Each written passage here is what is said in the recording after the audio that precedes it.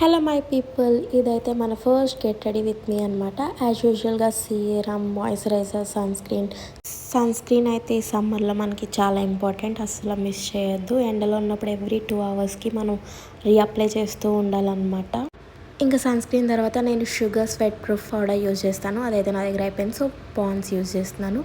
ఏదేమైనా కానీ eyebrow pencil, lipstick లేకపోతే మన లుక్ కంప్లీట్ అవ్వదు కదా.